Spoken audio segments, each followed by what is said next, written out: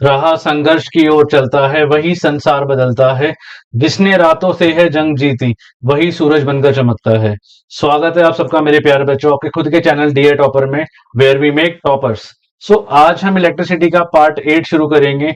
I hope आप सबने part 1 से 7 बहुत अच्छे से देख लिया होगा, उनके नोट्स बना लिए होंगे, उनको रिवाइज कर लिया होगा, क्योंकि आज मैं आपको एनसीईआरटी के क्वेश्चंस करवाने वाला हूं। एनसीईआरटी के बैक क्वेश्चन, मुझे पता है आप में से कई बच्चे हैं जो इसको छोड़ के जाते हैं, बट एग्जाम इसमें से बहुत पूछता है टीचर। ठीक है, तो आज हम करेंगे और साथ साथ आप नोट डाउन करोगे, कॉपी पेन निकाल लो और शुरू हो जाओ। शुरू करते हैं आज की वीडियो। अच्छा, आज हम एनसीईआरटी के बैक क्वेश्चन करने वाले हैं, सारे आपके जो एनसीईआरटी के बैक में गिवन है। तो शुरू करते हैं पहले क्वेश्चन से। कह रहा है a piece of wire of resistance R is cut into 5 equal parts. These parts are then connected in parallel. If the equivalent resistance of this combination is R dash, R dash है ये, तो बताओ R upon R dash कितना होगा। चार option given है आपको, और पहली बात ऑप्शन देखते हैं हमारा मन क्या करता है यार, जय माता दी A B C D A B हिल, है ना, यही होता है ना। बट ऐसे नहीं करना, कोई लॉजिक है इस बात का, है कोई सेंस है? एनीवेज, तो हम कैसे करेंगे इसको। कह रहे पीस ऑफ वायर है जिसको मैं 5 इक्वल पार्ट में काट चुका हूं। ठीक है, फिलहाल मैं इतना पढ़ता हूं, तो इसको हम इमेजिन करके चलते हैं। मान लो एक तार थी, ये एक तार थी जिसका रेजिस्टेंस था आर, और हमने पढ़ा थी एक बात पढ़ी थी, याद है, R is directly proportional to L. अगर इसका रेजिस्टेंस आर था और इसको 5 इक्वल पार्ट में काटा गया, 1 2 3 4 एंड 5, है ना, तो इसका जो रेजिस्टेंस होगा वो आर बाय 5 हो जाएगा, जैसे एल बाय 5 लेंथ हो जाएगी। R by 5, R by 5, R by 5, R by 5। यहां तक बात समझ आई कि एक तार ली हमने, उस तार को 5 इक्वल पार्ट में काट दिया, तो उसकी लेंथ भी 5 टाइम आधी हो गई, मतलब डिवाइड बाय 5 हो गई, और रेजिस्टेंस भी क्या हो गई, डिवाइड बाय 5 हो गई। ऐसा क्यों हुआ? Because R resistance is directly proportional to length. कह रहे इन पार्ट्स को फिर मैंने पैरेलल में लगा दिया, इन सभी पार्ट्स को। ये जो आर बाय 5 के दिख रहे हैं आपको, ये रहा पहला, ये रहा दूसरा, ये रहा तीसरा, ये रहा चौथा, और ये रहा पांचवा। कह रहा है इन सभी को मैंने पैरेलल में लगा दिया, ये पैरेलल में लग गए, देखो पांचों के पांचों, है ना। ये कौन से पांचों हैं? ये आर बाय 5 वाले, मतलब ये भी आर बाय 5 है, ये भी आर बाय 5 है, ये भी आर बाय 5 है, ये भी आर बाय 5 है, ये भी आर बाय 5 है। पैरेलल में लगा दिया मैंने। अभी तक क्वेश्चन यहां तक पढ़ा है, आप नोटिस करो, आप मेरे थोड़ा सा ना स्टाइल को सीखो। मैं एक बार में क्वेश्चन नहीं पढ़ता, सारा पढ़ूंगा तो कभी सॉल्व नहीं कर पाऊंगा, है ना। मैं टुकड़ों में बांटता हूँ उस क्वेश्चन को, 2 या 3 पार्ट में डिवाइड करता हूँ, और वही चीज आपने करनी है। पहले मैंने इसको यहां तक पढ़ा था, मैंने ये बनाया था, फिर मैंने दीज पार्ट से लेके पैरेलल तक पढ़ा, फिर मैंने ये बना दिया। कह रहा है इफ द इक्विवेलेंट रेजिस्टेंस, इसका जो इक्विवेलेंट रेजिस्टेंस है कॉम्बिनेशन का, ये पूरा कॉम्बिनेशन बन गया ना, इसका जो नेट आर आप निकालोगे, इस पूरे का नेट आर मुझे गिवन है आर डैश। समझ आ रही है बात? मतलब इसको अगर मैं सॉल्व करने बैठूंगा, इस पूरे का एक नेट आर आएगा जिसको मैं बोलता हूं आर डैश। तो कह रहा है मुझे बता दो आर अपॉन आर डैश कितना होगा। ठीक है, वैसे ये दिखने में आपको लग रहा है थोड़ा सा डिफिकल्ट क्वेश्चन, कई बच्चों को लग रहा होगा, बट ऐसा बिल्कुल भी नहीं है। जो हम करते आए हैं वो आप करते रहो बस। आर डैश आपको नेट नेट आर की बना है, मतलब आपको पता है पैरेलल में लगे। पैरेलल का फॉर्मूला क्या होता है? 1/r is equal to 1/r equal to 1/r1 plus 1/r2, 5 है ना, प्लस 1/r3 प्लस 1/r4 और प्लस 1/r5। तो आर कितना है मेरे पास? नेट आर, आर एन कितना गिवन है? आर डैश गिवन है। और R1 R2 R3 कितना है? R1 R बाय 5 है, R2 भी R बाय 5 है, R3 भी R बाय 5 है, R4 भी R बाय 5 है, R5 भी R बाय 5 है। तो 1/R by 5 plus 1/R by 5 plus 1/R by 5, 3 हो गए, प्लस 1/R बाय 5, 4 हो गए, प्लस 1/R बाय 5, 5 हो गए। ठीक है, अब एक बात ध्यान से सुनना, आपको ये दिख रहा है ये 1/R बाय 5 है ना, 1 एक सेकंड में जरा दूसरा पेन लेता हूं पहले ना, थोड़ा डिफरेंस क्रिएट हो जाता है इससे। येलो लेते हैं, yellow, yellow yellow, dirty fellow. 1/R by 5, R/5। ठीक है, अब देखो इसको हम सॉल्व कैसे करें, मैं से एक ही सॉल्व कर दिखाऊंगा, सब में लग जाएगा ये। तो 1/R/5 लिख सकता हूँ इसको मैं, बात सेम ही है। डिवाइड को मल्टीप्लाई में कन्वर्ट करोगे तो 1 × 5/R लिख सकता हूँ। तो बेसिकली ये 5/R ही है। समझ आ रही है बात? तो इसका मतलब ये, इसकी जगह में क्या लिख सकता हूँ, वी कैन राइट मैं एक काम करूँ, जरा ऊपर वाले पार्ट को इरेज कर दूं, इसकी रिक्वायरमेंट नहीं है मुझे ना। ये 5 में डिवाइड किया था मैंने ये, क्योंकि इसकी जगह मैं आंसर निकाल दूंगा, इजी हो जाएगा अपना। ये देखो, ठीक है। ये अब मैंने क्या बताया आपको, अभी क्या बात समझाई? तो 1/r डैश, इसकी जगह तो ये तो एज इट इज आएगा 1/r डैश, और आर बाय 1/r/5 की जगह क्या लिखूंगा मैं? 5/r लिखूंगा ना। अभी बताइए मैंने बात, ये लिखेंगे 5/r, है ना, क्योंकि 5 ऊपर चला जाएगा सब में। ऊपर गया, ऊपर गया, ऊपर गया, ऊपर गया, ऊपर गया, ऊपर क्या हो गया? मैंने आपको रीजन बता दिया, रीजन है ये। तो ये हो गया 5/r plus 5/r 2 plus 5/r 3 plus 5/r 4 और प्लस 5/r 5। अब ध्यान से देखो, इन सबका एलसीएम आर ही आएगा, है ना, आर ये आएगा, और ऊपर क्या आएगा? 5 प्लस 5 प्लस 5 प्लस 5 प्लस 5। कितना हो गया? इनको आप प्लस करोगे तो 25 आएगा ये। तो ये आएगा 1/r dash is equal to 25/r। इस आर को क्रॉस मल्टीप्लाई करेंगे, मान लीजिए, तो ये हो गया r/r डैश। वैल्यू आ गई 25, जो जय माता दी गलत हो गया। आंसर आ गया 25 इज द आंसर, आंसर आ गया 25। तो डी ऑप्शन आंसर है। सोचो, जस्ट इमेजिन, अभी तो एमसीक्यू की बने तो आपको मन कर रहा था जय माता दी कर दें हम, बट अगर बाई चांस एमसीक्यू नहीं होता तो क्या करते? तो सॉल्व करना पड़ता ना। और एग्जाम में आ रखा है 3 मार्क का ये, बिना एमसीक्यू के, क्या करोगे आप? आंसर आ गया r/r डैश। हमने क्या किया था? हमने इनके R is directly proportional to L होता था ना, हमने 5 में डिवाइड करा, तो r/5 को इनको पैरेलल में लगा दिया। क्वेश्चन कह रहा है क्योंकि पैरेलल में लगा दिया। इसका नेट आर मेरा r डैश था, तो मैंने 1/r डैश को मैंने 1/r/5 कर लिया। 5/r आ गया, एलसीएम लिया r, 25 आ गया, क्रॉस मल्टीप्लाई करा, r/r डैश आ गया 25। Pause the video to note down, और इसको एक बार कोशिश करो बिना देखे खुद ट्राई करने की, ठीक है? क्योंकि ये क्वेश्चन एक बार में, कई बार ऐसा नहीं होता कि एक बार में समझ आ गया, मुझे भी नहीं आया था। मैंने भी कम से कम 10 बार, हजारों बार प्रैक्टिस करी है, तब जाके आज मैं आपको पढ़ा पा रहा हूँ, ठीक है? तो इसको अच्छे से पॉज करो वीडियो को, और इसको नोट डाउन करो, क्योंकि बहुत इंपॉर्टेंट क्वेश्चन है, एनसीईआरटी का ही है हमारा, क्वेश्चन नंबर 1 है बैक का। Pause the video to note down. तो एक बार आंसर चेक कर लेते हैं इसका। ये रहा, 25 ही है, 25 आंसर है, B D option is answer, ठीक है? अच्छा, नेक्स्ट।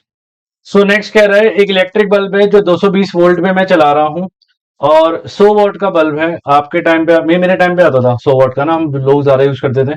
अब धीरे धीरे 20 वॉट, 15 वॉट, 25 वॉट के आते हैं। कह रहे जब 220 पे चलाया तो 100 वॉट लगा, जब 110 पे चलाऊंगा तो कितना वॉट लगेगा? तो कई बच्चे ना बहुत स्मार्ट समझते हैं अपने आप को, वो कहते हैं सर 220 वोल्ट पे चलाया, 220 वोल्ट पे 100 वॉट आ रहा था, और अगर इसको 110 वोल्ट कर दोगे, मतलब डिवाइड बाय 2 कर दोगे, तो ये भी डिवाइड बाय 2 आ जाएगा, तो आंसर आएगा 50 वॉट, आंसर आएगा इसका। यू आर रॉन्ग, बिल्कुल गलत आंसर है, ठीक है? तो ज्यादा दिमाग भी नहीं लगाना और कम भी नहीं लगाना, हमें जो कंसेप्ट सिखाए गए वो चीज सीखो ना। सबसे पहला हम काम करेंगे इसका ही कांस्टेंट वैल्यू निकालनी। हमें कांस्टेंट वैल्यू मैंने एक ही पढ़ाई है आपको पूरे चैप्टर में, वो होता है रेजिस्टेंस। क्या आपने इसका रेजिस्टेंस निकाला? Answer is no. तो पहले इसका रेजिस्टेंस निकालने जाओ ना। आपको V गिवन है, क्वेश्चन में क्या गिवन है? V गिवन है, कितना है? 220 वोल्ट। और R कितना गिवन है मुझे? R है मेरे पास 100 वॉट। निकालो, इनका कोई रिलेशन होता था, याद है? P इज इक्वल टू क्या था? P इज इक्वल टू कितना? R कह रहा हूँ, सॉरी, ये P गिवन है, ये क्या बोल रहा हूँ, R है, P गिवन है 100 watt. P is equal to V²/R होता था। तो मैं R क्यों निकालने जा रहा हूँ, मैंने आपको रीजन बताया, बिकॉज R क्या होता है मेरा? R होता है कांस्टेंट। तो P is equal to 100 is equal to V², मतलब 220 का स्क्वायर अपॉन आर। आर आ जाएगा, क्रॉस मल्टीप्लाई करूं इसको, ये हो जाएगा 220 मल्टीप्लाई 220, नीचे आ जाएगा 100, ये जीरो से ये जीरो जाएगा, इससे ये जाएगा, 22 का स्क्वायर होता है 484, तो 484 ओम आएगा। आर आ गया, अब बस निकाल लो आंसर। आर आ गया, अब मुझे आर पता है, मतलब जिसमें से वो जा रहा है, ये फर्स्ट केस था ना, फर्स्ट केस, अभी सेकंड केस है, मतलब वो जो रेजिस्टेंस है, जो पूरी कॉइल का या जो भी चीज वो चला रहा है बल्ब का, उसका रेजिस्टेंस पता लग गया। सेम, जब when it is operated at 10 at 110, तो आर कितना है मेरे पास? 484 ओम। अब वो ऑपरेट कर रहा है, वी दे रहा है मेरे पास 110 वोल्ट, कह रहा है बता दो पावर कितनी होगी, पावर कितनी यूज करेगा वो। तो पहले वो 220 पे यूज कर रहा था 100 वॉट, 110 पे कितनी यूज करेगा एक बार चेक कर लेते हैं। फॉर्मूला फिर से वही लगेगा क्या? P is equal to V²/R। V² मतलब 110 का स्क्वायर बाय R मतलब 484, ठीक है?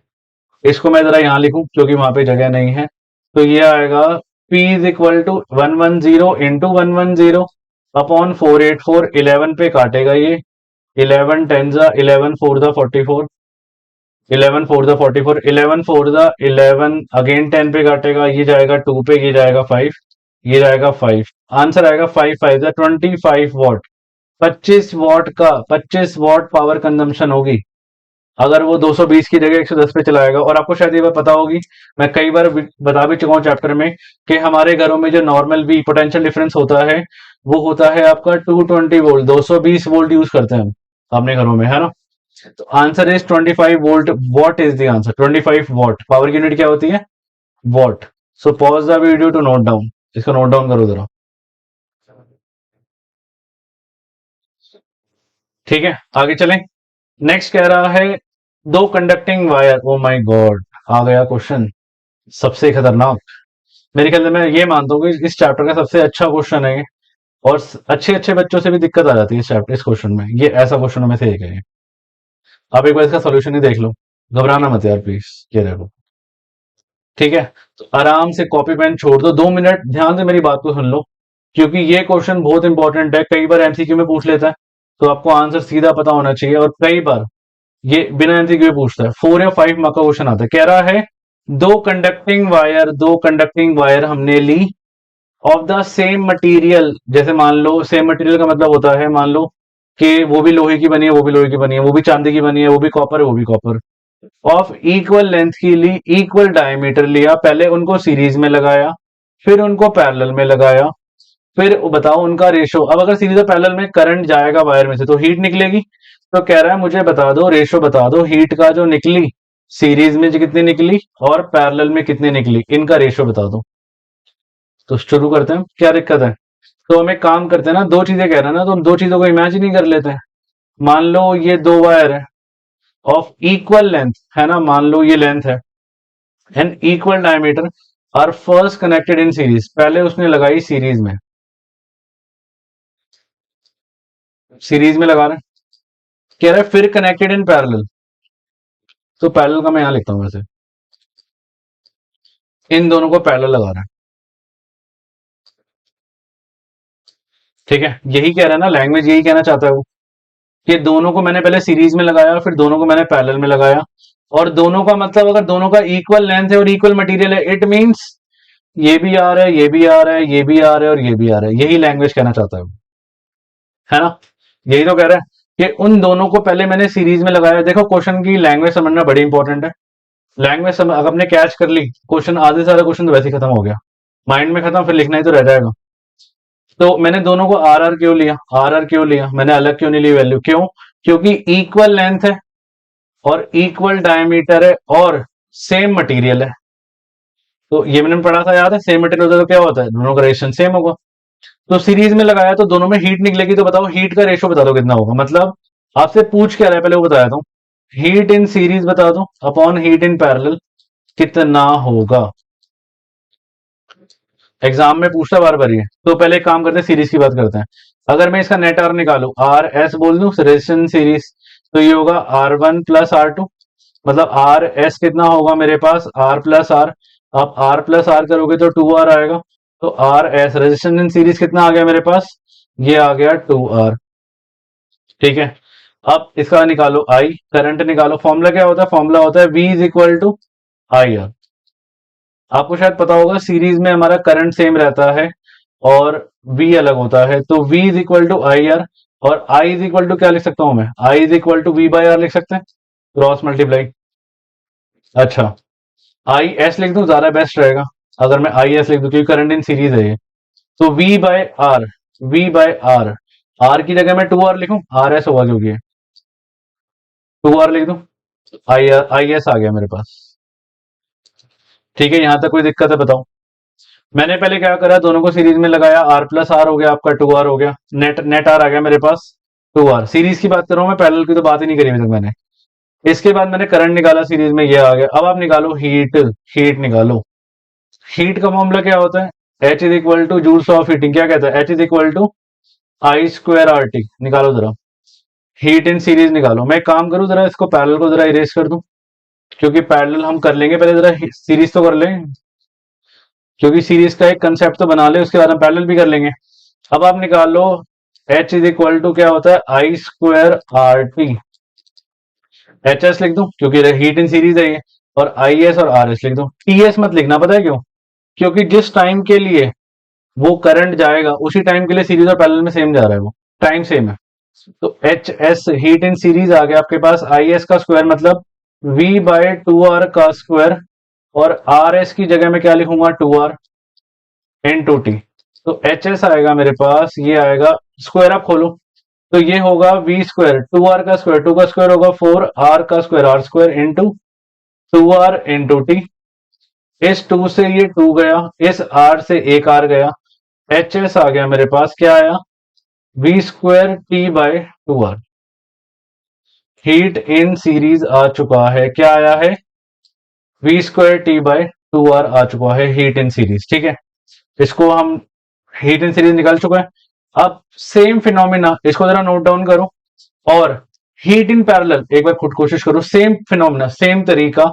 अब हम पैरेलल के वाले के पास जाने वाले हैं, मतलब इन दोनों को मैं कैसे लगाऊंगा, इन दोनों को मैं पैरेलल लगाऊंगा आर और आर को, और फिर से हीट निकलेगी, और फिर से मैं सेम फॉर्मूला लगाऊंगा, पहले आर आर पी निकालूंगा, फिर आई पी निकालूंगा, फिर एच पी निकालूंगा, फिर एच एस और एच पी को डिवाइड कर दूंगा, आपकी रेशो आ जाएगी। तो जब तक के लिए आप एक काम करो, इस वीडियो को पॉज करो और इसको नोट डाउन करो, फिर हम हीट एच पी निकालते हैं।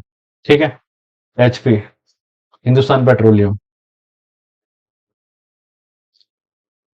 देखो मैं जब तक इरेज करता हूं, तो एच एस आ चुका है मेरे पास।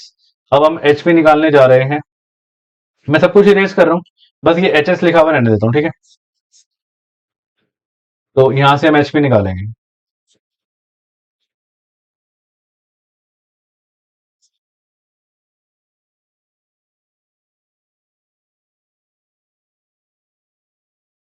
सिर्फ एच एस छोड़ेंगे हम, क्योंकि उसको डिवाइड करना है हमने एंड में, H S by H P करना है ना। सिर्फ एच एस छोड़ा है मैंने, ये देखो। अब एच पी निकालते हैं। एच पी निकालने के लिए मुझे ये सर्किट बनाना पड़ेगा, यहाँ पे एच पी है ना, ये दोनों आर और ये भी आर, कैसे है, पैरेलल में। तो अगर मैं नेट आर निकालू, वन अपॉन आर पी बोलू, क्या होगा, one upon R one plus one upon R two. तो one upon R P, R one क्या है मेरे पास, आर है, और आर आर टू क्या है मेरे पास, आर है। वन अपॉन आर पी कितना आ गया मेरे पास, ये आ गया टू बाई आर, है ना, एलसीएम तो आर ही आएगा, वन प्लस वन, ये आएगा टू बाई आर आ गया। दोनों को रेसिप्रोकल करोगे तो आर पी आएगा मेरे पास, आर बाई टू आ गया। R P resistance in parallel आ चुका है। अब भी ओम्स लॉ लगाओ, ओम्स लॉ क्या कहता है, जैसे लास्ट उसमें लगाया था सीरीज में, है ना। ओम्स लॉ लगाओ और ये लिखो वी इज इक्वल, अगर आपको आ चुका है, समझ आ चुकी है बात, तो इसको जरा पॉज करो, खुद एक बार सॉल्व करो, और मुझे कमेंट सेक्शन में बताओ कि आपसे हो रहा है क्वेश्चन ये। ओम्स लॉ लगाओ, V is equal to I R, और I is equal to V by R, है ना। आई पी बोल दू, ज्यादा बेस्ट रहेगा, और आर पी बोल दू, आई पी निकल जाएगा, I P. V by R P, V by R P की जगह मैं आर बाय टू लिख दूं, आर बाय टू। और जैसे हम बचपन में करते थे, अभी आपको सिखाई थी ये चीज, है ना, क्या करेंगे, V divide R by two. जब आप डिवाइड को मल्टीप्लाई में कन्वर्ट करोगे तो वी रेसिप्रोकल होगा टू बाय आर, तो ये आएगा टू वी बाय आर, ये आएगा आपके पास टू वी बाय आर आएगा। आईपी आ गया, आरपी आ गया। अब एचपी का फॉर्मूला लगा दो। एचपी क्या होता है, एचपी होता है हिंदुस्तान पेट्रोलियम, नहीं यार, एचपी मतलब हीट इन पैरेलल। और एचपी का फॉर्मूला मैंने क्या बताया था, एचपी था क्या, आई स्क्वायर आर टी, मतलब I square IP square RP square T. HP, IP कितना है मेरे पास, टू वी अपॉन आर का स्क्वायर। आरपी कितना है मेरे पास, आरपी मैंने ये निकाला, आर अपॉन, सॉरी ये मैंने इज इक्वल टू लगा दिया, इनटू आएगा। आरपी की जगह मैं क्या लिखूंगा, आरपी की जगह में लिखूंगा R by two into two. T है, इसको भी जरा इरेज कर देते हैं, एच एस को इरेज नहीं करेंगे क्योंकि इसको तो डिवाइड करना है हमने। एच पी आ गया मेरे पास, इसको हम ब्रैकेट को खोलें, एच पी आ गया टू वी का स्क्वायर मतलब four V square upon R square into R by two into T. Two से टू गया, आर से एक आर गया, तो एच पी आ गया मेरे पास, कितना आ गया, H P two V square T by R. बस, अब इसको नोट कर लो, और H S upon H P, वो वीडियो को पॉज करो और जरा मुझे निकाल के बताओ कि आपसे निकल रहा है। सिंपल सी मैथ है, तो मुझे पता है आप लोग मैथ में बहुत इंटेलिजेंट हो, है ना। H S upon H P, H S upon H P निकाले एक बारी, ये रहा। So H S upon H P, H S क्या है मेरे पास, एच एस है V square T by two R, और एच पी है मेरे पास two V square T by R. इस आर से ये आर गया, वी स्क्वायर से वी स्क्वायर गया, टी से टी गया, और ये टू नीचे आ रहा है, ये नीचे आना चाहता है तो इसको रोक क्यों रहे हो यार, बुला लो ना। तो ये आ गया one upon two into two, H S upon H P आ गया मेरे पास वन अपॉन फोर, आंसर आ गया। Option number C is answer. देखा, मैंने कहा था कितना सिंपल क्वेश्चन है, आप मानते नहीं यार मेरी बात। कितना सिंपल क्वेश्चन है ना। नहीं, मजाक कर रहा हूँ, मुझे पता है थोड़ा सा डिफिकल्ट है, और एक बार में मुझे पता डाइजेस्ट भी नहीं होगा। तो इस वीडियो को एटलीस्ट दो तीन बार करना। हमने कुछ नहीं करा, हमने पहले ये आरपी तक समझ आ गया होगा आपको सबको, फिर मैंने ओम्स लॉ लगाया, आईपी निकाला, फिर मैंने जूल्स ऑफ हीटिंग था ना, H is equal to I square R T, इसमें इसको डाल दिया। सीरीज में भी यही काम किया, पैरेलल में भी यही काम किया, दोनों को डिवाइड कर दिया, आंसर आपके आपके सामने। कई बार एमसीक्यू में डायरेक्टली क्वेश्चन आता है तो सीधा 1:4 आप लगा सकते हो, बट कई बार एमसीक्यू में नहीं देगा तो आपको ऐसे करना पड़ेगा, 3-4 नंबर से कम का क्वेश्चन ये नहीं आएगा। ठीक है, आगे चलें। ये देखो सिंपल सा सॉल्यूशन है इसका, जो मैंने आपको समझाया था वही लिखा हुआ है, सेम चीज। पहले मैंने ये लिखा, आई एस आ गया था, एच एस मैंने निकाल के V square T by two R कर दिया था, फिर मैंने एचपी निकाला था, एचपी कितना आया था two V square T by R, फिर इसको मैंने डिवाइड करा था, डिवाइड करोगे तो कितना आएगा, इट इज 1/4। आपको वीडियो को अगर स्क्रीनशॉट लेना है, नोट डाउन करना है तो आप कर सकते हो पॉज करके, सिमिलरली इसके अंदर भी। ठीक है, आगे चलते हैं। Next, oh my god sir, ये क्वेश्चन तो मैं देख के छोड़ाऊंगा, please please please please please, ऐसा कुछ नहीं है यार, बहुत सिंपल क्वेश्चन है। थोड़ी सी बस आपकी मैथ्स चेक कर रहे हैं। क्या आपको मैथ्स आती है? ऑब्वियसली आती है यार, मुझसे पढ़ते हो। अच्छा, एनीवेज, कह रहे a copper wire has a diameter of 0.5 mm। आपने तार देखी है कभी? तार, तार जो होती है, ये तार देखो, ये सामने तार है हमारे, कितनी पतली सी वायर है ना, देखो चेक करो। ये तो मेरे ख्याल से 4 या 5 mm की है, एमएम में होती है वायर। वायर भाई ये मत, इसकी जो चौड़ाई होती है वायर की, मिलीमीटर में होती है। अगर आप कभी खरीदने गए हो अपने पापा के साथ, मम्मी के साथ, या आप कभी खुद गए हो तो आपको पता होगी ये बात कि एमएम में होती है, क्योंकि बहुत पतली पतली पतली तारें आती है ना। इवन 4 mm भी बहुत ज्यादा माना जाता है, 4 से 5 mm। ये तो आप एसी में यूज करते हो इतनी मोटी वायर तो, बट जो हम घरों में यूज करते हैं बल्ब बल्ब के लिए, वो 0.5 mm ही करते हैं। इसकी रेजिस्टिविटी है 1.6 इंटू 10⁻⁻8 ओम मीटर। वैसे कॉपर की ना वैल्यू फिक्स होती है, पता है आपको? कॉपर की वैल्यू फिक्स होती है, रेजिस्टिविटी इतनी ही होती है कॉपर की। कह रहा है बताओ लेंथ बता दो इस वायर की जिससे इसका रेजिस्टेंस 10 ओम बन जाए।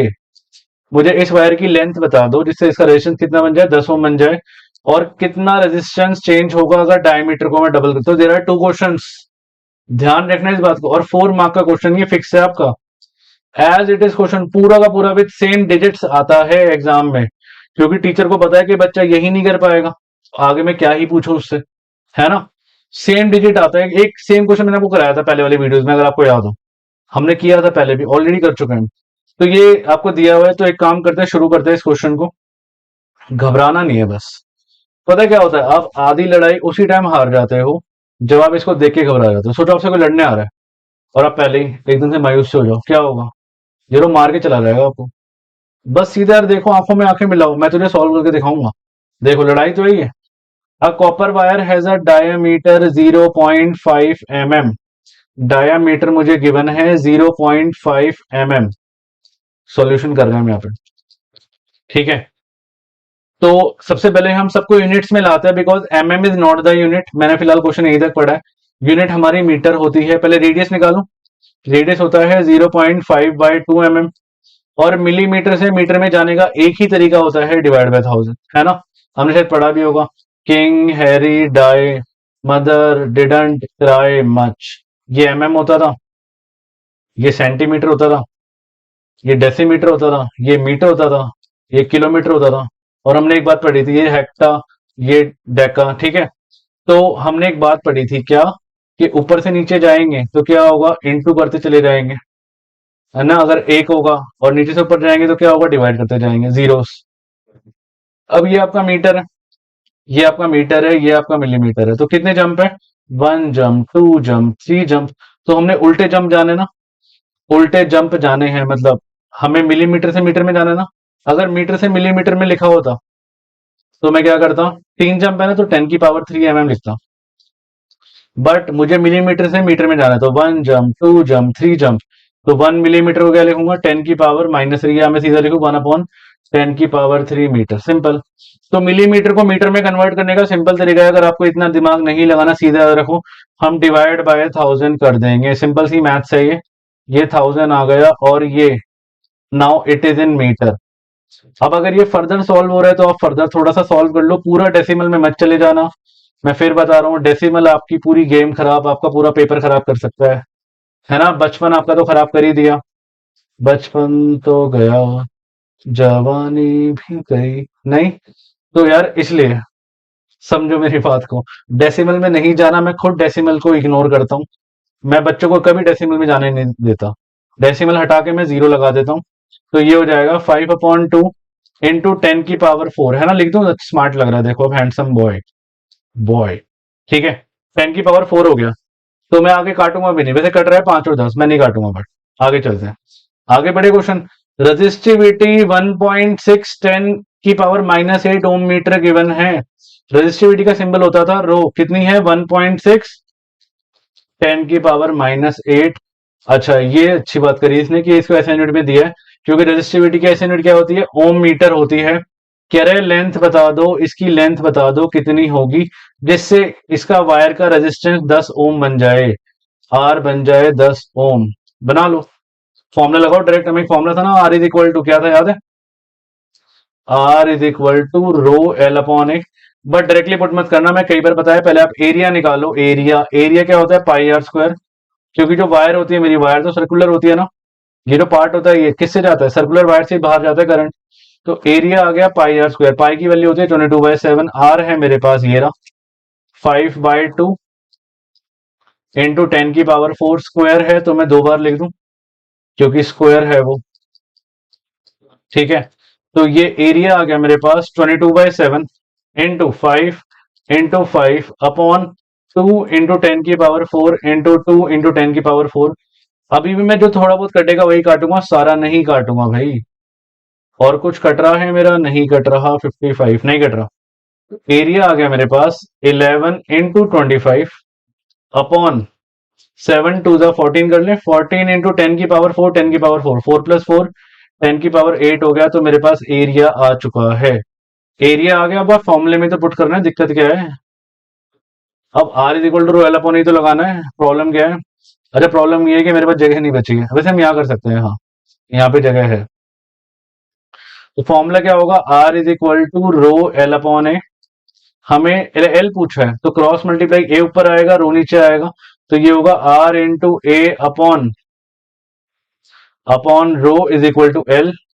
एल आ जाएगा आपके पास आर इंटू ए, आर कितना है मेरे पास 10, आर है 10, 10 इंटू ए कितना निकाला था मैंने 11 इंटू 25 अपॉन 14 इंटू 10 की पावर 8।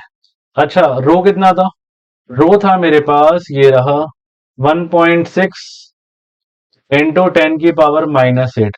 अब जो बच्चे मैथ्स में बहुत इंटेलिजेंट है ना, बहुत ज्यादा इंटेलिजेंट है, उनको अब दिक्कत होनी शुरू हो गई होगी, है ना, कि मैंने कैसे लिख दिया। ऐसे आप ऐसे कर रहे हो इसको देख के। बट कोई दिक्कत नहीं है, मैं यहीं पर हूँ, समझा रहा हूँ यार मैं, 2 मिनट। मेरे पास जगह नहीं है, जगह तो बना लूं मैं, वेट अ मिनट। घबराने वाली बात नहीं है, क्योंकि आप मैथ्स में इंटेलिजेंट हो यार, क्या कर सकते हैं, थोड़ी सी दिक्कत तो होगी। वैसे एक बात बताऊं, फिजिक्स और मैथ्स है ना इंटरलिंक्ड है। अगर आपको मैथ्स बेकार लगती है ना यार, तो आपको फिजिक्स में भी दिक्कत आने के पूरे चांस है। फिजिक्स से प्यार करने के लिए आपको मैथ्स से प्यार करना पड़ेगा, याद रखना इस चीज को। एनीवेज, चलो मैं आपकी बात पे आता हूँ। मैंने एल लिखा, मेरे ख्याल से यहां तक क्लियर होगा। एल लिखा मैंने क्या, R into A upon rho. ठीक है, तो एल था मेरे पास, आर कितना है मेरे पास 10, ए कितना है मेरे पास, ए है 11 इंटू 25 अपॉन 14 इंटू 10 की पावर 8 अपॉन रो कितना था मेरे पास, रो था 1.6 इंटू 10⁻⁻8। अब जाके सांस आ गई होगी आपको। Thank God. यही तो लिखवाना था सर आपसे, है ना? ये तो समझ ही नहीं आ रही मेरी बात। एनीवेज, अब देखो, अब वही बच्चों वाला सीन करेंगे हम, जैसे हम बचपन में करते थे, है ना? क्या ये पूरे को इससे डिवाइड में लिखेंगे फिर मल्टीप्लाई में करेंगे? बात तो वही पढ़नी है यार। तो आप टेंशन क्यों ले रहे हो? ये देखो, इसको यही तो लिखूंगा मैं। पहले कट रहा है तो काट दो इसको। चलो छोड़ो, पहले लिख ही लेते हैं, फिर आप फिर बोलोगे। 10 × 11 × 25 अपॉन 14 × 10⁻8 डिवाइड 1.6 × 10⁻⁻8। अब अच्छा लग रहा होगा, फीलिंग गुड, है ना? तो ये हो गया 10 × 11 × 25 अपॉन 14 × 10⁻8 डिवाइड को मल्टीप्लाई में कन्वर्ट कर लो, तो ये आ गया 1.6 × 10⁻⁻। तो मैंने क्या लिखा था यार? मैंने भी तो यही लिखा था। मैंने थोड़ा डायरेक्ट लिख दिया बस, है ना? तो ये आ गया मेरे पास 1.6 × 10⁻⁻8 आ गया। इसको अब हम सॉल्व करेंगे। सॉल्व करने के लिए पहले इस वीडियो को पॉज करो, इसको नोट डाउन करो, फिर हम आगे जरा शुरू करते हैं। Pause the video, note down. अब एल निकलने वाला है मेरा, मैं इस पार्ट को इरेज कर रहा हूं।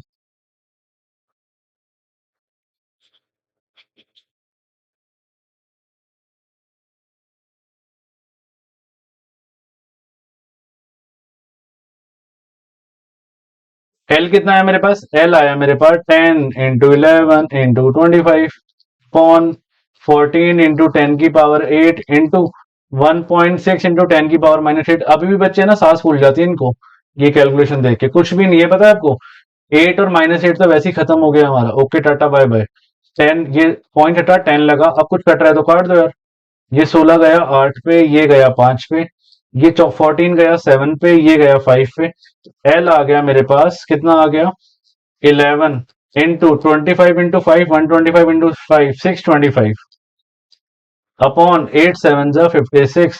अब ना कुछ कट रहा है ना मल्टीप्लाई हो रहा है, अब इसको मल्टीप्लाई करना ही पड़ेगा। 625 × 11 आप इसको करोगे तो ये आएगा 6875 अपॉन 56। अब हमें इसको डिवाइड करना ही पड़ेगा, कोई ऑप्शन नहीं है हमारे पास। अब इसको डिवाइड करेंगे तो इसका आंसर आएगा, इट इज 122.7। ठीक है, कितना आंसर आएगा? 122.7 मीटर। तो लेंथ आएगी इसकी 122.7 मीटर अप्रोक्स। देखा कितना सिंपल क्वेश्चन है यार। आज तो मजा आ रहा होगा आपको यार वीडियो में, है ना? कितने सिंपल सिंपल क्वेश्चंस कर रहे हैं। नहीं, इससे पहले वाला कितना सिंपल था, ये कितना सिंपल है ना? आ रहा है नहीं आ रहा है, कमेंट सेक्शन में जरूर बताना। आ रहा है ना आज की वीडियो में, बताओ। ठीक है, एल आ गया 122.7। अच्छा, 1 मिनट यार, रुको जरा, सब्र करो, क्वेश्चन खत्म नहीं हुआ। आगे एक और पार्ट है, ये फर्स्ट पार्ट में मेरा अभी अभी फर्स्ट पार्ट का आंसर आया है। सेकंड पार्ट का आंसर भी तो बचा है। सेकंड पार्ट क्या कह रहा है? How much does the resistance change if the diameter is double? Diameter को डबल कर दूंगा तो रेजिस्टेंस पे क्या फर्क पड़ेगा? एक काम करो, पहले पॉज करके इसको आंसर का सॉल्यूशन है मेरा, ये आंसर निकल चुका है। इसको जरा नोट डाउन करो, फिर मैं डायमीटर को भी डबल कर लेता है। एक बार नोट डाउन करो इसको जल्दी से।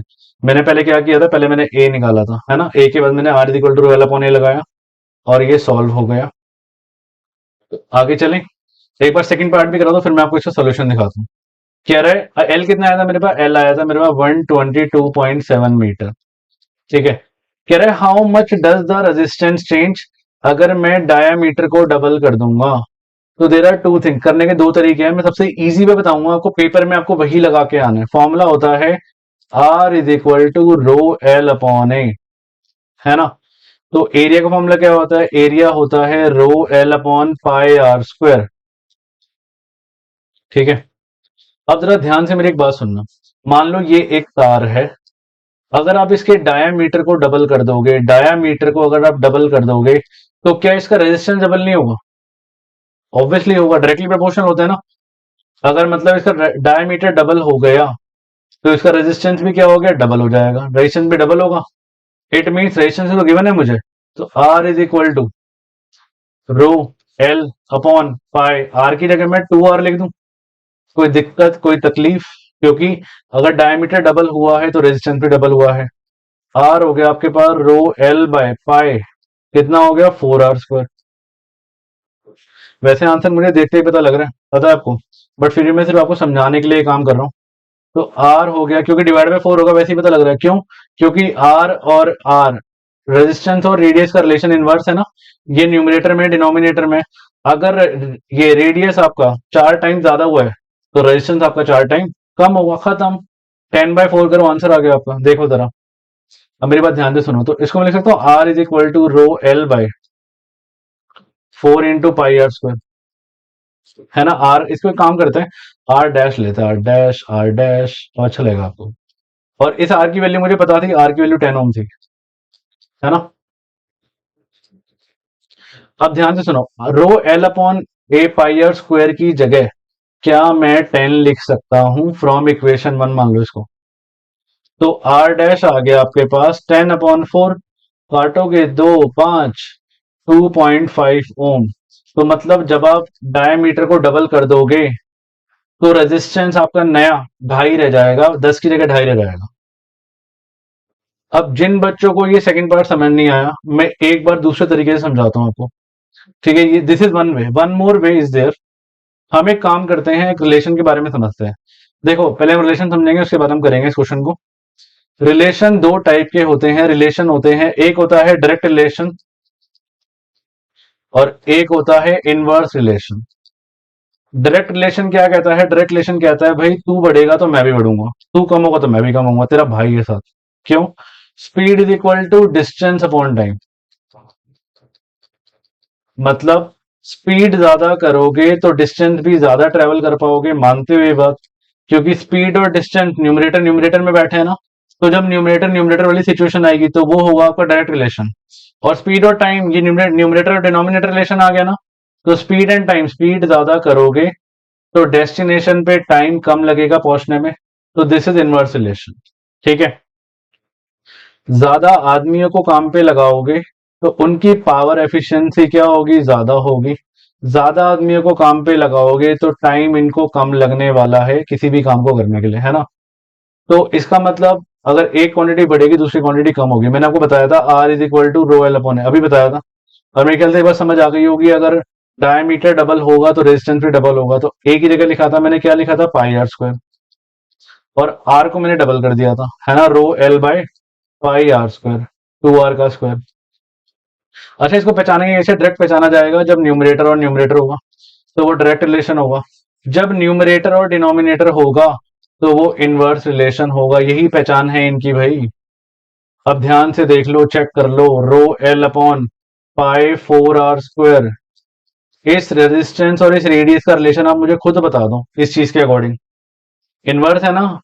अगर रेडियस 4 टाइम बढ़ रहा है ना आर से, पहले आर था, अब वो 4, मतलब रेडियस जो है 4 टाइम ज्यादा हो रहा है, तो रेजिस्टेंस 4 टाइम कम होगा। रेजिस्टेंस मेरा 10 ओम था, तो जो नया रेजिस्टेंस होगा, आर एन, वो 10/4 ही तो होगा। पहले ही मैंने यही किया था, देखो, जैसे पहले ये था 5/2, मतलब 2.5 ओम आएगा। तो जैसे आपको सही लगे आप करो। सबसे बेस्ट तरीका है, बेस्ट अप्रोच। एक और बड़ा तरीका है, हो सकता है आपको स्कूल में कराया हो, मैं बिल्कुल नहीं कराऊंगा वो चीज। यहाँ जो आपको पढ़ाया जाएगा बिल्कुल बेस्ट तरीका और बिल्कुल सबसे टॉप तरीका आपको यहाँ पढ़ाया जाएगा। ठीक है, आगे चलें। आपको इसको नोट डाउन करना है तो वीडियो को पॉज करके आप नोट डाउन भी कर सकते हो। ये इसका सॉल्यूशन है। एल हमने निकालने के लिए मैंने आर इंटू ए, है ना, ये मैंने कर दिया था, कन्वर्ट कर दिया था, रेजिस्टेंस आ गया था मेरे पास। इसके बाद मैंने कितना आया था मेरे पास? अच्छा, मैंने इसमें ना वो नहीं निकाला, ए नहीं निकाला, मैंने डायरेक्टली वैल्यू पुट कर दी इसमें। ऐसे भी कर सकते हो आप, इट्स योर विश, आपके ऊपर डिपेंड करता है आपकी मैथ्स कितनी अच्छी है। इसके बाद मैंने वही रिलेशन लगाया, इनवर्स रिलेशन है, तो मतलब ये 4 टाइम कम होगा, 4 टाइम कम होगा तो 10/4, 2.5 ohm is the answer. 2.5 ohm answer आएगा।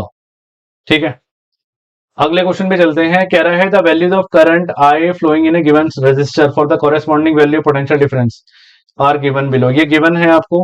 कह रहा है मुझे ग्राफ बना दो वी और आई का और उसका रेजिस्टेंस निकाल दो। पहली बात, ग्राफ बनाते हैं हम।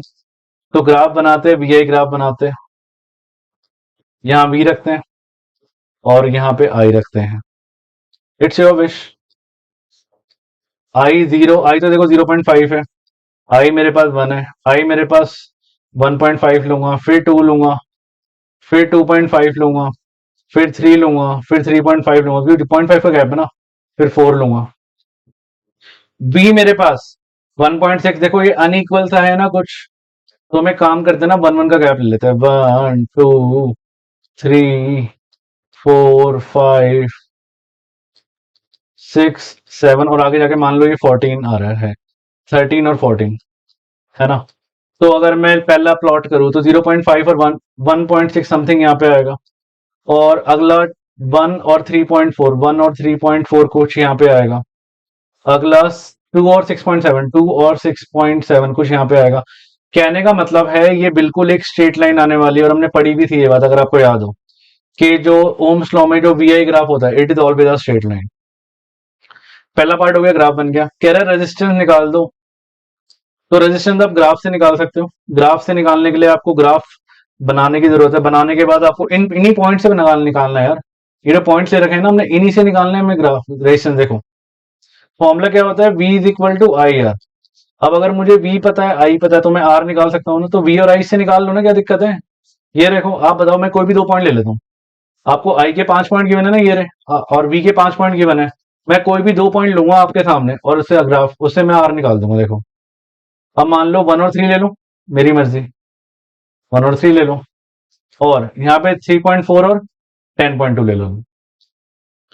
आई कितना हो गया मेरे पास, 1 से शुरू हुआ 3 पे खत्म हुआ, मतलब 3 माइनस 1 कितना हो गया, इट इज 2 एम्पियर हो गया। बात समझ आती है। वी कितना हो गया मेरे पास, 10.2 मत बोलना है, दोनों को माइनस करेंगे, 10.2 माइनस 3.4। आप इसको माइनस करोगे तो कितना आएगा, 10.2 में से 3.4 गए, 12 में से 4 गए 8, और यहाँ पे बचा था क्या, 9 में से 3 गए 6.8, तो 6.8 एम्पियर आ गया, 6.8 वोल्ट आ गया, सॉरी। ठीक है, अब मेरे पास आई आ गया, मेरे पास वी आ गया, और ये काम मैंने ग्राफ से तो निकाला है, देखो ना। 1 वाला पॉइंट ये रहा, 1 वाला ये रहा, और 3 वाला ये रहा, यहाँ पे आएगा कहीं पे। इसके बीच में मैंने ये देख लिया, इसके बीच में देख लिया मैंने आई कितना है, और इसी के कॉरेस्पॉन्डिंग मैंने देख लिया वी कितना है। तो बस V is equal to I R लगाओ, आपका आंसर आपके सामने। पहले मैंने आई निकाला, फॉर्मूला लगाओ, V is equal to I R. तो v is equal to I R, V कितना है मेरे पास, v है 6.8, आई है 2 इंटू आर, इसको डिवाइड में ले जाओगे 3.4 आएगा, तो आर आएगा आपके पास 3.4 ओम। अच्छा एक और तरीका है रेजिस्टेंस निकालने का, ये सबसे बेस्ट तरीका लगता है मुझे, बट हम स्लोप से भी निकाल सकते हैं। 1 अपॉन स्लोप मैं दिखाता हूँ आपको अभी, ठीक है। So pause the video to note down, ये एग्जाम में क्वेश्चन आता है, कुछ नहीं ग्राफ बनाना हमें आता ही है, ग्राफ बन जाएगा पहली बात। दूसरी बात हमें क्या करना है, v is equal to I R लगाना है। मैंने ये 1 और 3 लिया, आपकी मर्जी, आप 2 और 3 ले लो, 2 और 4 ले लो, आंसर में कोई डिफरेंस नहीं आना, because it is a straight line. Straight line में क्या रहता है, ये चीज बिल्कुल बिल्कुल क्या रहती है, बिल्कुल ये सेम रहती है, रेशन सेम रहता है। आपको नहीं करना, आप 1 और 4 करके कर लो, क्या प्रॉब्लम है, करके देख लो एक बारी, आंसर सेम आने वाला है, पता है आपको। So pause the video to note down, बाकी मैं आपको एक और तरीका दिखाता हूँ। 1 अपॉन स्लोप, स्लोप लिख के, क्या स्लोप क्या होता है, 1 अपॉन आर, तो मतलब 6.8 अपॉन 2, 3.4। बट अब मैं प्रेफर करूंगा कि आप वही तरीका अप्लाई करो, कि आप क्या करो, आपने ग्राफ प्लॉट कर दिया, देखो ग्राफ प्लॉट है आपके सामने, इसने कोई भी 2 पॉइंट ले लिए, इसकी मर्जी, इसने ये ले लिए, इसके कॉरेस्पॉन्डिंग इसने वी देखा 6.8 आ रहा था, और ये 2 पॉइंट ले लिए इसने, इसके कॉरेस्पॉन्डिंग इसने क्या देखा 1, और 3 के बीच में मैंने भी ये लिए थे शायद, इसमें 2 था, तो 2 आ रहा है। और v is equal to I R लगा दो, v is equal to I R लगा दो, v कितना है मेरे पास 6.8, आई कितना है 2 इंटू आर, ये कटा 3.4 आ गया, आर आ गया आपके पास 3.4 ओम। ठीक है, आगे चलें। हाँ, अब थोड़े थोड़े हल्के क्वेश्चन शुरू हो गए, मुझे पता है बहुत थक गए हो गए यार, है ना, काफी टाइम से चल रही है, बट चलो खत्म करते हैं, 2 दिन क्वेश्चन हो रहे हैं। कह रहा है 12 वोल्ट की बैटरी को मैंने एक अननोन रजिस्टर से लगाया, तो 2.5 मिली एम्पियर का करंट आया। कह रहा है बता दो आर कितनी होगी इसकी। तो पहले गिवन क्या है, मुझे क्वेश्चन है वी कितना गिवन है, वी है 12 वोल्ट गिवन है, अननोन रजिस्टर है, तो आर मुझे नहीं पता, आर को रहने देते हैं। कह रहे करंट जो है, करंट है 2.5 मिली एम्पियर। इसमें बहुत सिंपल क्वेश्चन है, बस ये पूरी गेम मिली एम्पियर की है। वो आपसे ये चेक कर रहा है कि आपको मिली एम्पियर का मतलब पता है, बस v equal to I R तो लगाना है ही क्या, तो हमें पता है, बस हमने पढ़ी थी, याद है। 2.5 मिली एम्पियर को कन्वर्ट करने के लिए क्या करते थे, 10 की पावर -3 एम्पियर से मल्टीप्लाई करते थे, और अगर वहीं पे माइक्रो एम्पियर होता ये, तो मैं करता 10 की पावर -6 एम्पियर से। मिली एम्पियर में क्या करते हैं हम, 10⁻³ है ना। बस v is equal to I R लगाओ, आंसर निकालो, खत्म करो question. v is equal to I R, v कितना है मेरे पास, v है मेरे पास 12, i है 2.5 इंटू 10⁻³ r मुझे नहीं पता, डिवाइड में ले जाओ तो ये आ गया 12/2.5 into 10⁻³ is equal to r। Decimal हटाओ, 10 लगाओ, 10⁻³ ऊपर जाके हो जाएगा 10⁻³ और नीचे रहेगा 25, ये आएगा r। 5 काटेगा, 5 पे 5 काटेगा 2 पे, तो ये आएगा 12×2 = 24। 10⁻³ को 1000 लिख दो, ज्यादा स्मार्ट लग रहा है 1000 लिख के ना। फिर से काटेगा ये, 5×2 = 10, 200। आर आ जाएगा आपके पास, आर आएगा 24×2 48, 48 24×2 4800 4800 ओम आंसर आएगा। ठीक है, तो आंसर आएगा 4800 ओम इज द आंसर। इसको आप देखो, आपके अगर एनसीईआरटी सॉल्यूशन देखोगे ना, इसमें ऐसे भी लिखा होगा 4.8, जैसे इसमें दिखा रहा था 10⁻³ ओम। तो यार दोनों सेम बात है। इतना बेसिक मैथ्स तो मेरे ख्याल सबको आता है, क्योंकि 10th में पढ़ रहे हो यार आप, छोटी क्लास तो है नहीं। तो एनसीईआरटी में ना सॉल्यूशन पे गिवन है, बट आप वो भी लिखाओगे कोई प्रॉब्लम नहीं है। ये लिखाओ, ये नहीं लिखना, मत लिखो, आप ऐसे लिखो, बोथ आर सेम, करेक्ट है दोनों आंसर। अच्छा, वो कह रहा है एक 9 वोल्ट की बैटरी सीरीज में लगाई, पेपर में आ रखा है क्वेश्चन वाला, 9 वोल्ट की बैटरी को मैंने सीरीज में लगाया 0.2 से, 0.3 से, 0.4 से, 0.5 से और 12 से। कह रहा है कितना करंट जाएगा 12 में। तो आप होगी जल्दी जल्दी में, मान लो एग्जाम में क्वेश्चन आ रखा है, अब जल्दी जल्दी में क्या करोगे, v is equal to I R लगाओगे, v ये रहा, r ये रहा, i निकालोगे, आपका क्वेश्चन 0 मार्क्स मिलेंगे आपको। एक बार फिगर बना के समझाता था मैं क्यों क्यों क्यों कह रहा हूं। देखो, सीरीज में कह रहा है 5, 0.2, 0.3, 0.4, 0.5 और 12। 0.2, 0.3, 0.4, 0.5 और 12। और बैटरी लगा रहा है 9 वोल्ट की, 9 वोल्ट की बैटरी लगा रहा है। ठीक है, कह रहे बताओ 12 ओम से कितना करंट जाएगा, कितना करंट जाएगा, एमीटर तो लगा दो यार, है ना। तो पहली बात, in series current remain same, series में करंट सेम रहता है, तो जो करंट 12 से जाएगा वही करंट इससे जाएगा, इससे जाएगा, इससे जाएगा, इससे जाएगा। आपने अगर जल्दी जल्दी में v is equal to I R लगा दिया, v को लिखा 9 वोल्ट और आई हमें पता नहीं, और r को आपने 12 लिखा और आप सॉल्व कर दे 9/12, तो 0 मार्क्स मिलेंगे आपको, क्योंकि तभी ये क्वेश्चन एनसीईआरटी में गिवन है बैक में, क्योंकि टीचर को पता है कि आप करोगे नहीं। दूसरी बात, आप जल्दी जल्दी में ये काम करने वाले हो और इसी चीज का फायदा उठाते हो और आपके एग्जाम में डालते हो और आपके एग्जाम मार्क्स आते हैं कम, है ना। बट उनको नहीं पता ना यार, आप पढ़ कर रहे हो, नहीं है कि नहीं। एनीवेज, हम करेंगे क्या, हम इसका नेट आर निकालेंगे, क्योंकि देखो पूरे सर्किट का आर निकलेगा और पूरे सर्किट का वी है ना, पूरे सर्किट का आर पता होगा तो पूरे सर्किट का करंट भी आ जाएगा। समझ आ रही है मैं क्या समझाना चाहता हूँ। भाई जो 12 ओम में जो करंट जाएगा वही करंट तो इन सब में जाएगा, क्योंकि तार तो एक ही जुड़ी हुई है मेरे पास। तो पहले आप नेट आर निकालो, नेट वी मेरा ये रहा और v is equal to I R लगाओ, क्वेश्चन को खत्म करो। नेट आर कितना होगा, R1 plus R2 plus R3 plus R4 plus R5। तो नेट आर होगा मेरे पास 0.2 प्लस 0.3 प्लस 0.4 प्लस 0.5 प्लस 12। आप इसको प्लस करोगे तो ये आएगा 5 और 4 9, 9 और 3 12, 12 और 2 14, तो 14 आएगा, 1.4 प्लस 12 तो ये आएगा 13.4 ओम। अब V पता है मेरे पास 9 वोल्ट, अब आप शौक से लगाओ यार, मजे से लगाओ, मैं भी लगाता हूँ। V is equal to I R, V कितना है 9, आई आई आई आई आई आई नहीं पता, ये रहा, आई तो निकालना है। आर है मेरे पास 13.4 लेना, देखो जल्दी जल्दी में गलती मत कर देना, ठीक है, क्योंकि मैं कई बच्चों से टेस्ट लेता हूँ, ये क्वेश्चन डालता हूँ ना, 0 मिलता है उनको, तो इसलिए मैं आपको पहले ही बता रहा हूँ ये चीजें।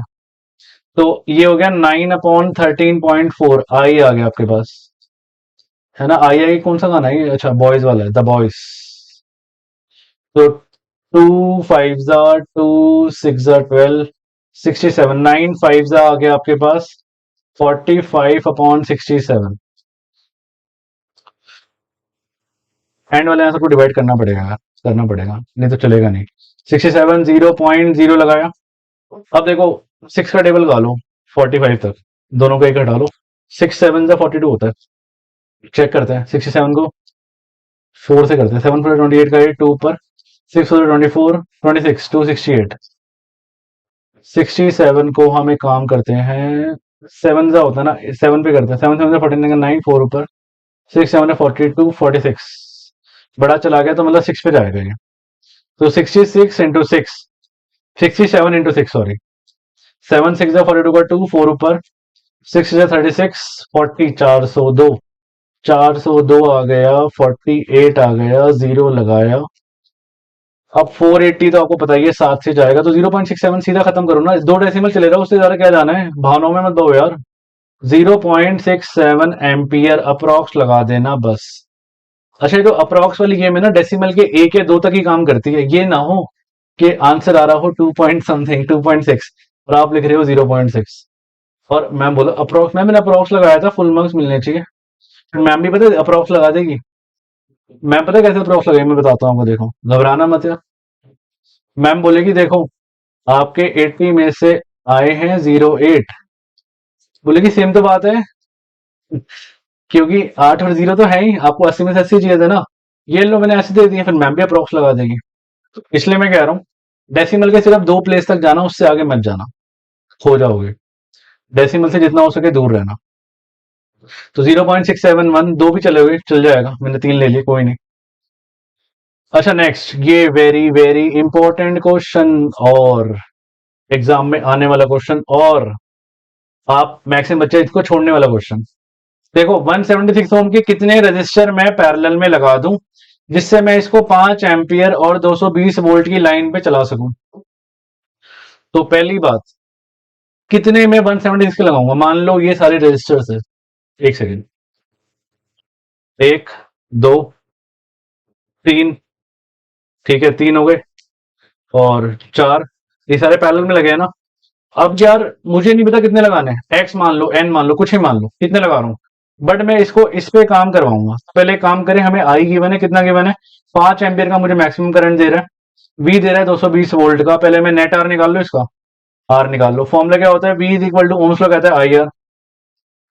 तो वी है मेरे पास 220, आई है 5 इंटू आर डिवाइड में जाएगा 220/5, काटोगे ये आएगा 5 4 दा 20, आर आएगा 44 ओम। नेट आर आए, आर एन, अभी तो मैं लगाऊंगा पैरेलल में 176। वो कह रहा है 176 वाले कितने पैरेलल में लगाऊं। तो फॉर्मूला क्या होता है नेट आर का, वन आर एन ले लूं, 1/R1 plus 1/R2 plus 1/R3 plus 1/R4 plus and so on. मुझे नहीं पता कहां तक जा रहा है, 1/RN। 1/RN क्यों लिख रहा हूं मैं, 44 लिखते हैं ना यार, 1/RN तो पता है मुझे, नेट आर तो पता है मुझे। अभी तो निकाला मैंने पूरे सर्किट में करंट कितना जा रहेगा, 44 जाएगा, तो 1/44 इज इक्वल टू कितने का लगा रहा हूं मैं, 1/176 प्लस 1/176 प्लस 1/176 प्लस 1/176। कितनी बार लिखूं, चलता रहता है ना भाई, हमें क्या पता कहां तक जाना है, अप टू एन, एन तक जा रहा है मान लो। तो 1/44, बट एक बात तो क्लियर है ना, सबका एलसीएम 176 ही आएगा, और ऊपर आएगा 1 प्लस 1 प्लस 1 प्लस 1 1 प्लस। अब ये ना हो कि 1 प्लस बोलते बोलते 1 प्लस वाले में मोबाइल गिफ्ट कर दे, इतनी इतनी बारी 1 प्लस नहीं लिखना।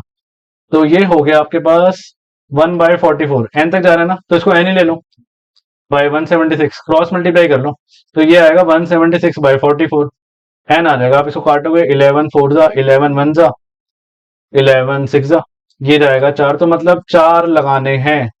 तो 4 आप रजिस्टर सी पैरेलल में लगाओगे, तो जिसको आप इस पे 5 एम्पियर करंट पे और 220 वोल्ट की लाइन पे यूज कर सकते हो।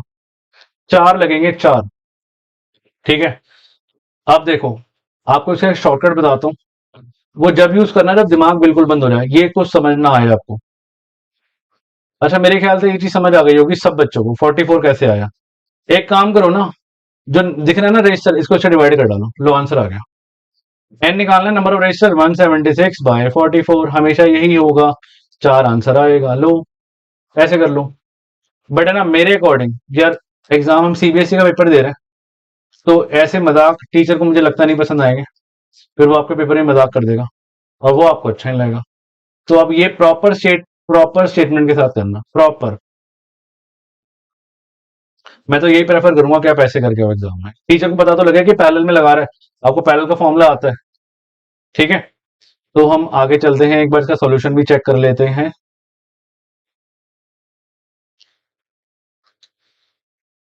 ये रहा, आंसर इज 4 ओम, 4 रजिस्टर लगाऊंगा मैं 176 के, जिसको मैं इन पे इस लाइन पे यूज कर सकता हूं।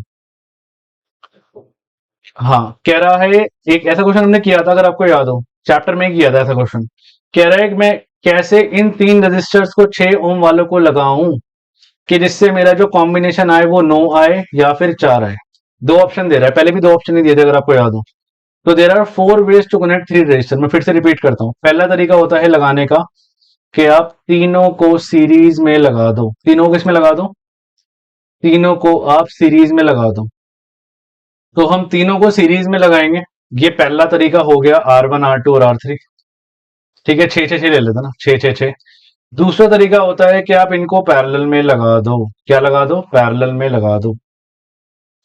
छः छः छः, तीन छक्के। अच्छा, आई मीन 6 यार, गलत क्यों समझ रहे हो? अच्छा, दो को पैरेलल में लगा दो, है ना, ये किया था हमने। और एक को सीरीज में लगा दो।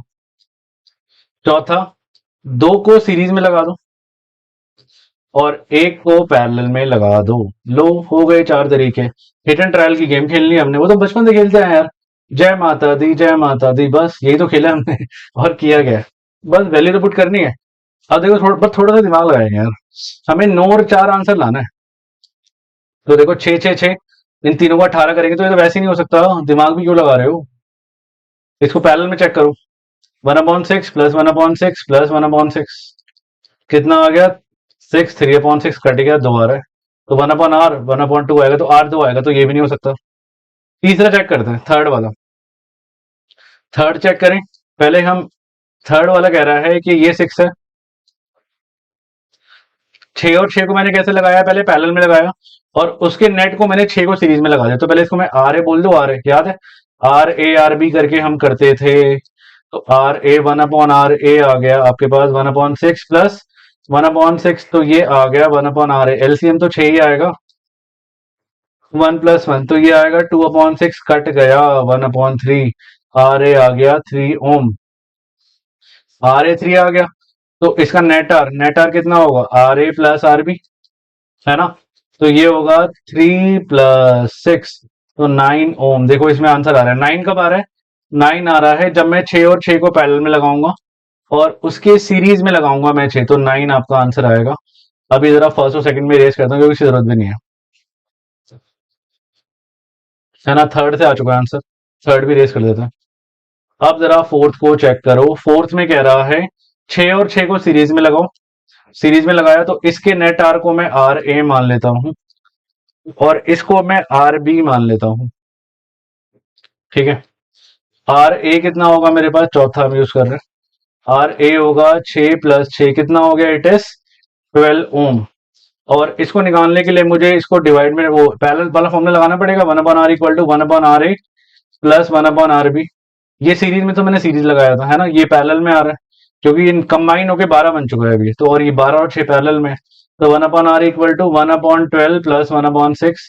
12 और 6 का एलसीएम आएगा 12, 1 6 2 12, तो 1/r आ गया आपके पास 3/12, कट गया 4, आर आ गया 4 ओम।